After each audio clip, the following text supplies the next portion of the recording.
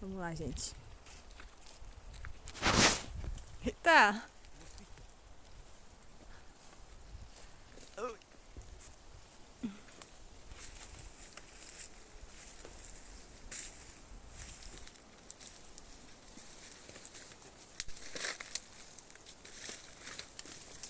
Meu Deus.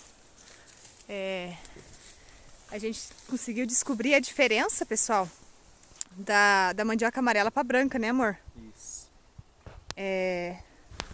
A branca, Branca é essa aqui, ó. que ela é mais branquinha, né?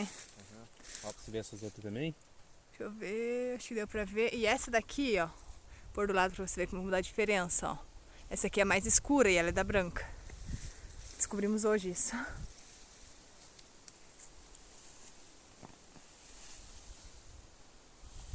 Show.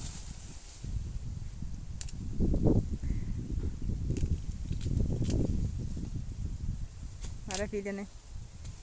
Amarelinha. Agora é só descascar. O quê? Carne assada, né? Ah. Não tem como não ser, né? Nossos almoços de domingo normalmente é isso, né, meu bem? Vai ser isso. Uhum. Mais rápido, né?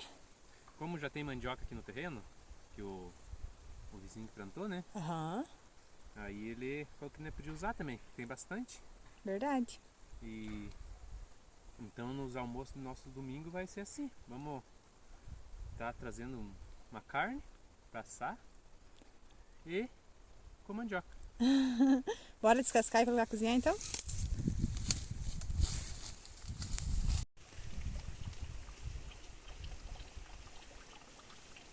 Descascando a mandioca aí, garoto.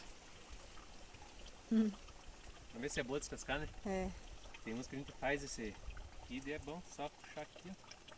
vai rapidinho. Mas nem todos são, né? É, essa é da amarela, né? Esse é amarelo. Agora é só esperar.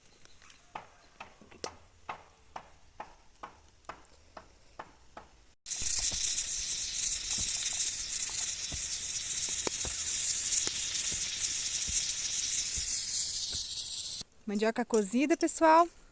Mas aconteceu um equívoco. Olha como ficou dentro da panela, Imagina a gente. temperatura desse fogo, né? Aham. Nós achamos que ia levar 30 minutos para cozinhar. Sim. E com 15, sentimos um cheiro. Vamos ver, tinha secado a água. Só que deu pra aproveitar, ó. Deu. Sim, a maioria do que tava por cima, ó, tá boa pra comer. Só falta carne, né, meu bem? Vamos fazer a carne. Isso aí.